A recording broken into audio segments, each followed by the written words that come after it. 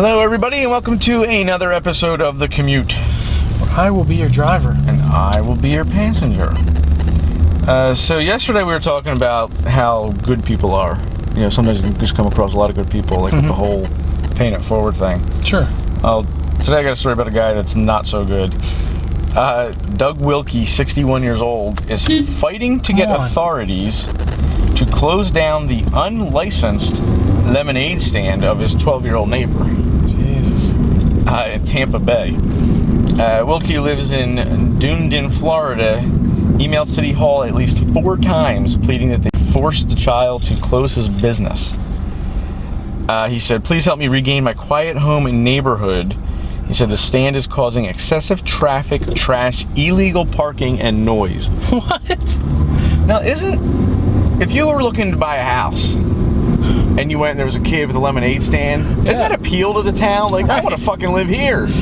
Yeah, kids get a lemonade stand, and you know. Reminds me of like that episode of the Boondocks where like the girl opens the lemonade stand and Onceler like buys it out and she's like charges her like a pony. Yeah, it's like, at least the kids aren't out there causing trouble or, smashing your windows with rocks. That's insane. He contacted City Hall twice to complain last year, then twice this year, when the stand was back again, he said. So Deputy Wayne Gross of the Pinellas County Sheriff's Office checked it out, finding that the kid has around 10 to 30 customers a day. And other neighbors seem to be okay with the whole thing. They don't mind. Right. However, because the story broke out, he's been getting a lot more traffic. Like, people just were like, "Oh, fuck you, dude." Yeah. And they've been coming. The kid is now making more than $600 in 2 hours with a lemonade stand. He sells lemonade and cookies. And he is making so essentially $300 an hour. Oh my God. So the guy thought there was traffic before and noise. Yeah. And it's 2 hours a day. He's not out there all goddamn day. Yeah. With this lemonade stand. But, let's see, how old was he again? 12 years old. 12 years old making $300 an hour? Jesus. Shit, I'm going to start me a lemonade stand. I'm going to do it for my kid, and then I'm going to write a story like one of my neighbors, like I'm complaining about it. Why do they keep, maybe the dad did that. He was in cahoots with the neighbor. Supporters of the kid include Dave Eggers, who is the mayor of the town. He said, "I think it's a great show of entrepreneurship. This 12-year-old is setting a great example. I don't know what the other neighbor's problem is, but I would like to talk to him to try to figure it out." Like, what a dick, man. You're going to try to ruin a 12-year-old's gig? Yeah, I don't know, man. But I love it. Like, I almost feel like taking a road trip to Florida just to buy a cup of lemonade from this kid. Just to add another car to the truck. Oh, did you have fun in Florida? Yeah, it was okay. What'd you do? I bought lemonade. Bought lemonade, turned around and came home. And a cookie. Lemonade and a cookie. Honked my horn a few times. Pissed on the neighbor's lawn. Here's your lemonade, sir. Deposited my cups on the neighbor's lawn. We have a chef was preparing a dish from cobra flesh, died when the snake's head bit him. However, the snake had bit him 20 minutes after it was cut off. So I'm thinking, it said he was preparing a special dish. He was making cobra soup from the Indo-Chinese spitting cobra, a rare delicacy in Asia where eating snakes is commonplace. When he went to throw the head away, it bit him, injecting him with the venom. So I'm thinking like he went to throw it away. Yeah, he just grabbed it. And he grabbed it wrong. No, they said that these snakes, albeit they're dead, their bodies still react for up to an hour. After this guy should have known that. He's fucking... If you're fucking with a cobra, you should know about it. Yeah, you should do a little reading on it. They said he died even before they could get the anti-venom to him. Get him to a hospital. Diners were eating, and they heard all these screams coming from the back. They were even like sticking their heads out the door, like, "Is there a doctor in the house?" Like one of those things. They said there's no one there that could help him. But they said, let's see. It says highly unusual case, but it appears to be just an accident.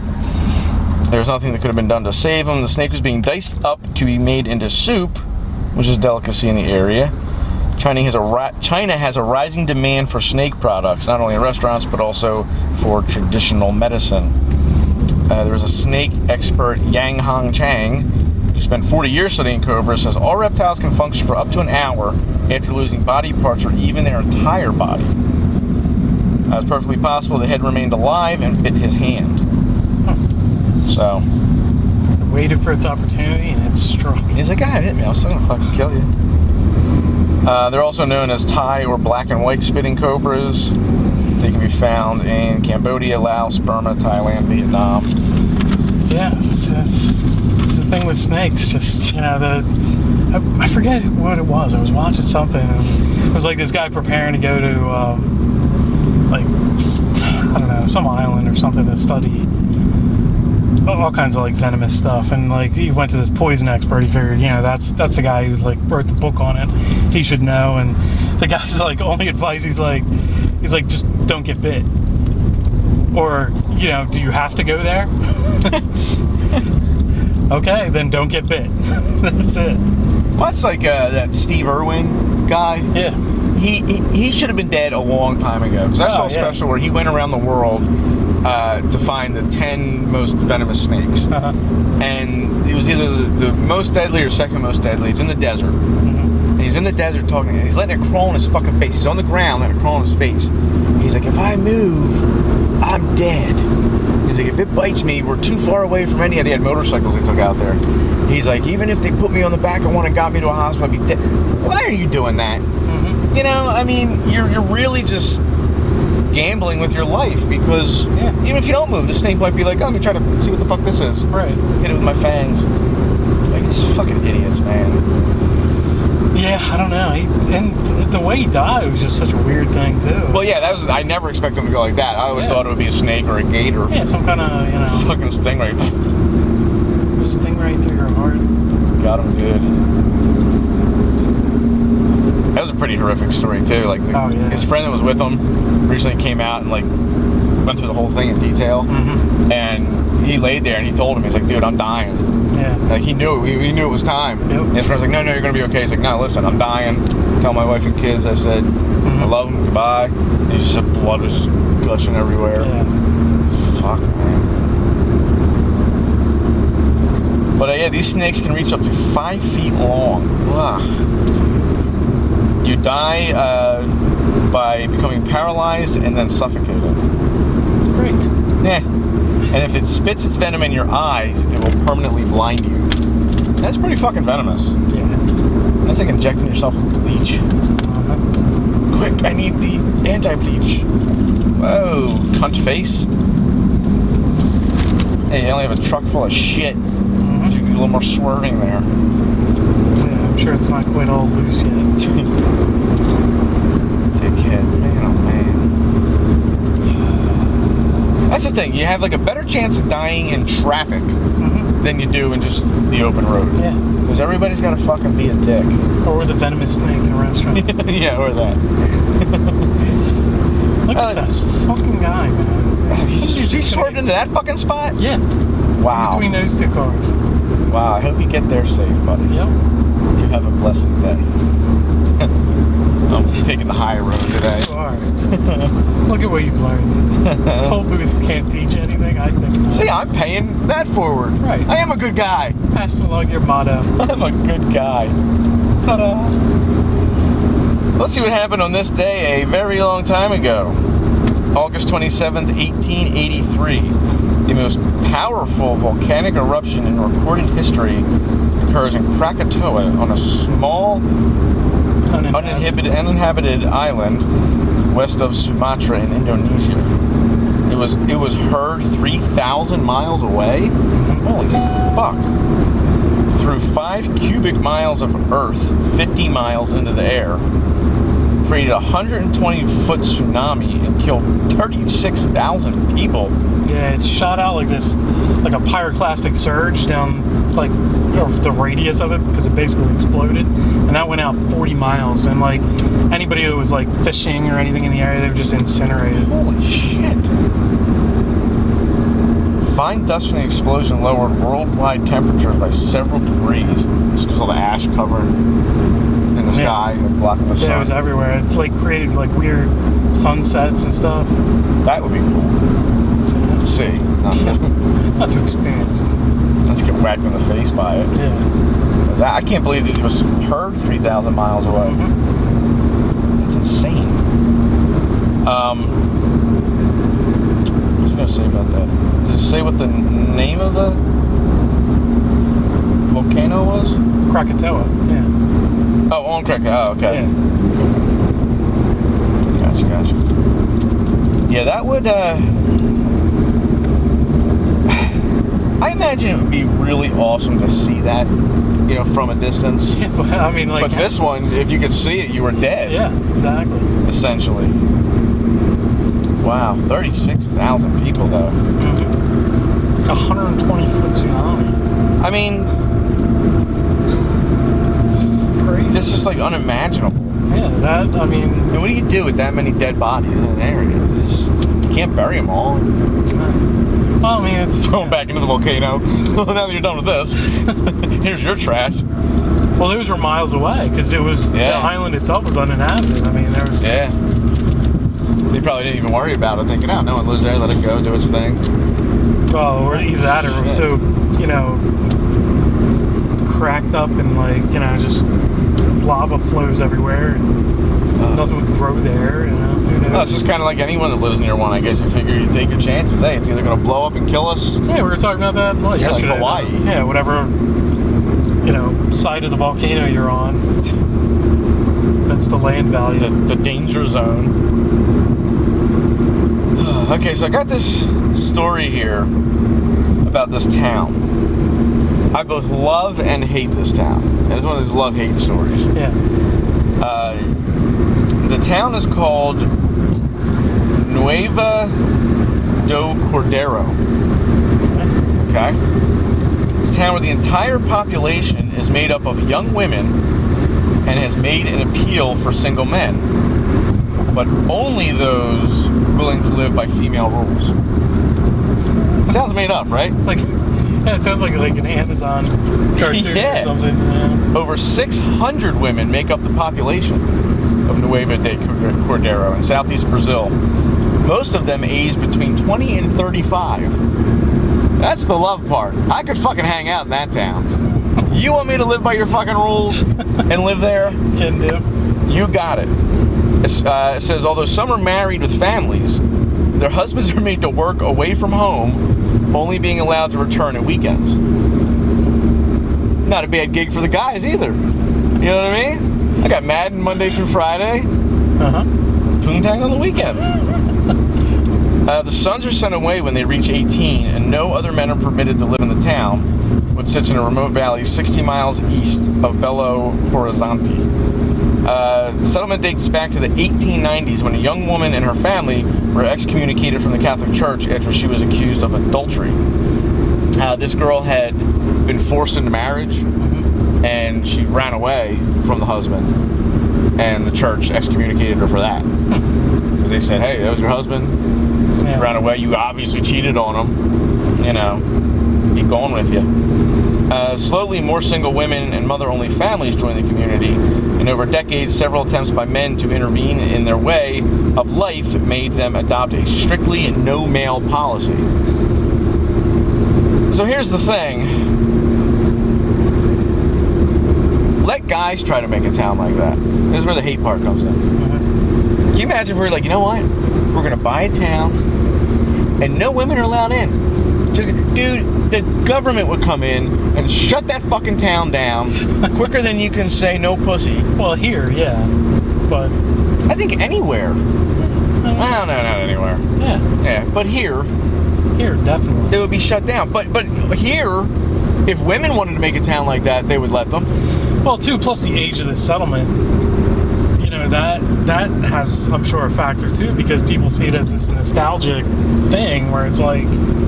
Oh, that's cool the way it's always to let been. It be. Yeah, it's like a tourist draw, So today, girl power rules in the rural town, with women in charge of every aspect of life, from farming to town planning and even religion. But while none of the residents there would have it any other way, it has left them with just one problem. No dick. So, you can make your town of all women, You'll be a proprietor. But you still need cock. Again, this is where I'm loving the town. One of the women, Nelma Fernandez, 23 years old, admits it's impossible for girls renowned in the region as strikingly beautiful to find a would-be spouse. She said, here, the only men we single girls meet are either married or related to us. Everyone is a cousin. I haven't kissed a man for a long time. We all dream of falling in love and getting married, but we like living here and don't want to have to leave the town to find a husband. So the lack of men, eligible bachelors anyway, in the community of all the single girls making an appeal for interested men, but only those willing to adapt to living in a woman's world. I'd do it.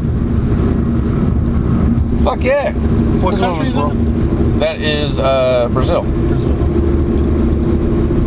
But here's the other thing. This is where they're going to fuck it up for themselves. They got a good thing. If you're a chick and you live there, you got a good thing going for yourself. Mm-hmm. They're going to let some guys come in so they can get married. You know how girls are? Like, they stick with guys that are bad to them, mm-hmm. and they do everything they say.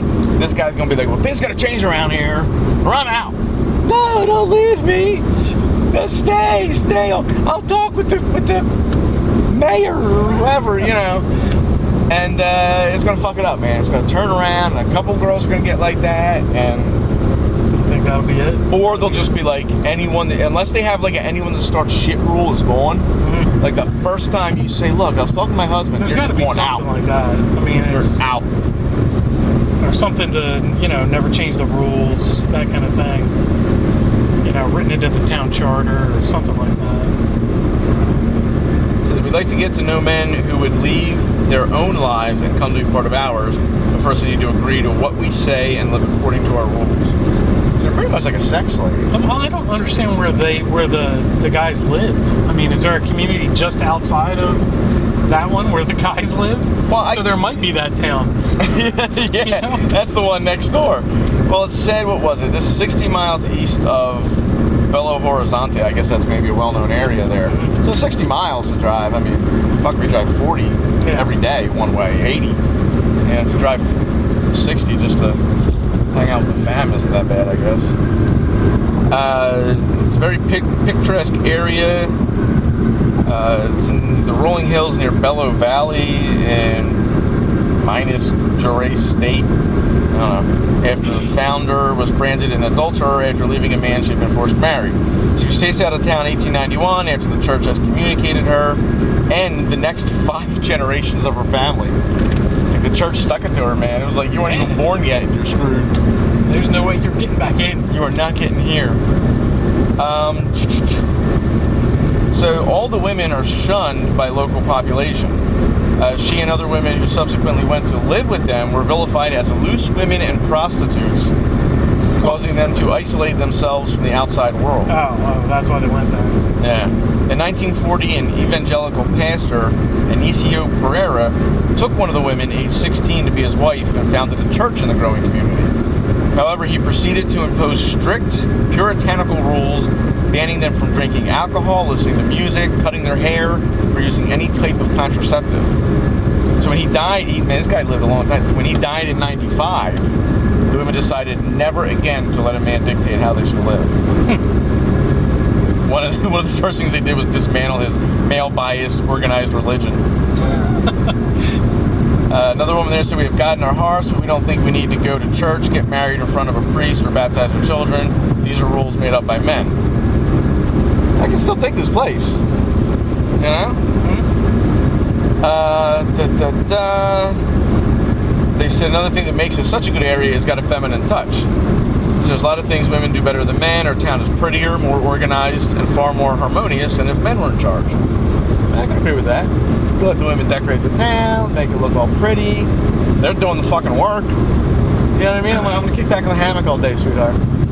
You come see me when you need some cock. Is it all organized and everything for what? 23 days of the month. In a month, there's just chocolate stains on everything. Blood flowing through the streets. Because, even like women that work together, their cycles synchronized. Right. The whole town. So this town, 600 women, just buckets of blood being dumped in the street. Just they stay indoors. holes in all the fucking walls.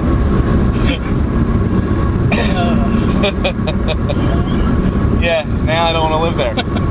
I'll go hang out in Manville 1 week a month. I'll have to go pick up supplies, sweetheart, for you. Well, you'd be out pretty much for that week anyway. I mean, you're not allowed to go in there. Yeah, that's true. That's true. To go in there. Sweetheart, look, I was knocking at the door and it tasted like rusty pennies. I don't know why, but I think it's time for me to go. Clown face. Let's see. The whole town even came together recently to help buy a huge widescreen TV for their community, for the community center, so they can all get together and watch their soap operas. So I guess they don't have much technology in the town. They bought a TV, or unless it's just like something they like to do. Yeah, they have TVs in their house and they all pitch together to get this big thing for. Well, who knows? What the electric grid is like. Might be all they can run. Down in the middle of Brazil. That's the other reason they need men there, so they can run on the treadmill to power the TV and soap opera hour. That's what they do just outside the town walls. He gets this electricity, and it helps him stay in shape. Yeah. They said there's always time to stop and gossip, try on each other's clothes, and do each other's hairs and nails. Hair and nails. But, that sounds like a nice place. I'm telling you, man, it's like you said, the Amazon thing, like where Wonder Woman lived, Yeah. Let's picture all these women in gowns walking around, sharing clothes, giggling, talking about what their husbands did to them last weekend. So, again, I can't make up my mind if I really like the place or not. Yeah, I'm thinking destination episode. Destination episode. Going to Brazil. To the what is it? Town of the new sheep or town of the new lamb? Yeah. I'll say. Hey, lambs. Heard you were looking for some rams. Well, we got it. Yeah, all right. That's interesting. Yeah. I thought it was like, wow. Like I was waiting for some kind of punchline or twist to it where it's like not a real place or something they do as a job or a project, but now they've lived that way for 150 years. Man. Huh. Well, except for the one guy was there. Yeah. Fucked everything up for him. Gave him religion and shit. And then we'll keep on with boob stories. We got time for one more. The 9 adult movie stars. I don't get that. I don't know if it's 9 women or that's the name of a group. 9 adult movie stars. It says the 9. Told local media on Monday they could barely contain their excitement about the Stop AIDS campaign event, which will be televised live. But asked perhaps somewhat optimistically, please be gentle. So what they're doing is they have this whole thing with the ALS challenge, where it's gonna dump water on their heads and all that dumb shit. They said, all right, that's good, but that's getting enough attention, so they want to do something for AIDS. So what they're televising live is they're holding a charity event where guys come, pay money, and squeeze porn star boobs. That's a great way to raise money. That is a great fucking way. Because, I mean, they're porn stars. Not just like girls standing around and like, hope you get someone. They're porn stars. You know? It says, one girl said, I'm really looking forward to lots of people fondling my boobs. But I'd be very happy if you would please be delicate. It comes after sexist heckling of a Tokyo assemblywoman. Oh yeah, it's in Tokyo. By the way. It's an Asian porn assembly. Having old-fashioned views towards women that still permeate Japanese society. She said, I never thought my boobs could contribute to society. I don't know why you would think of your boob. How about your brain? Yeah. You know? Right, yeah. Only there was some way my boobs could help the world. They just hang here. Gotta ponder that. Doing nothing. Fellow porn actress Iku Sakuragi had no qualms about being groped by hundreds of pairs of hands. It's for charity, she said. Squeeze them, donate money, let's be happy. Dude, I can't wait. I gotta follow up on this to see how much money they raise. Yeah. I have to imagine you're gonna raise so much freaking money. This is what they say here. It's a surefire way to raise funds for a good cause. Forget about dumping water over our heads. If there were tick-grabbing posts for human disease, famine, and starvation on every block, we'd be immortal by the end of the decade. That's funny. She said, shit, if ALS and AIDS could only be contracted by white people with the grips of a golf club, then there would have been cures for both deadly diseases decades ago. Jesus. Man. Slow it down with the white jokes, Asians. God, we have feelings too. Oh. We've gotten away with it for far too long. But grabbing boobies is as grassroots as it gets and should raise enough money to draw more eyeballs to the cause. I don't know, it's not quite the same. It needs to be, grab a boob for AIDS thing or something, and like it'll be one video. That's just like a charity event. Like if they want, that's the thing with like the ice bucket thing is like people just do it and shoot a short video and then they don't donate. Yeah, either. Yeah, that's the other thing. Raising money. Yeah.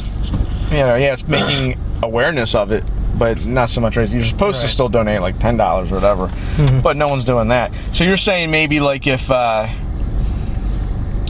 someone nominates you, you got to donate money or flash your tits. Yeah, but then you probably couldn't post that anywhere. Well, you couldn't post it on. You could do like the side boob challenge or something. Yeah, that'd be good because you can have side boob. Yeah, or just wear pasties and take your stuff off. The pasty challenge. The pasty challenge. I like it. I'm going to start that. Yeah. I am going to start that. What are you raising money for? What am I raising money for? Oh, good question. What am I raising money for? I don't know. Yeah, well, I mean, immediately you do the breast cancer awareness or something. There you go. Yeah, it's simple enough. You'd have 1 million videos. And October is Breast Cancer Awareness Month. There you go. That's when all the football players wear all the pink and everything. So yeah, just bring it out. Perfect time to start. Yeah. Wow. Oh, we're doing it. Side boob pasty challenge. You can choose. You should have side boob or a pasty challenge. Take them all off and be a real woman. And you nominate 3 people. They got to do it or donate. Talk about forcing someone's hand. Or does that not work? I mean, how does that not work? I don't know. The trick would be whoever starts it, okay, has to nominate 3 women they know would do it to help get it out there. You know what I mean? Mm-hmm. And then it'll eventually be this thing. And if it's for charity, especially women go nuts, understandably so. They go nuts about breast cancer awareness. They do all goofy stuff, and they're willing to do anything for it. I bet it would go over quite swimmingly. To a point, but I mean that you'd have to have something too in there because there'd be that.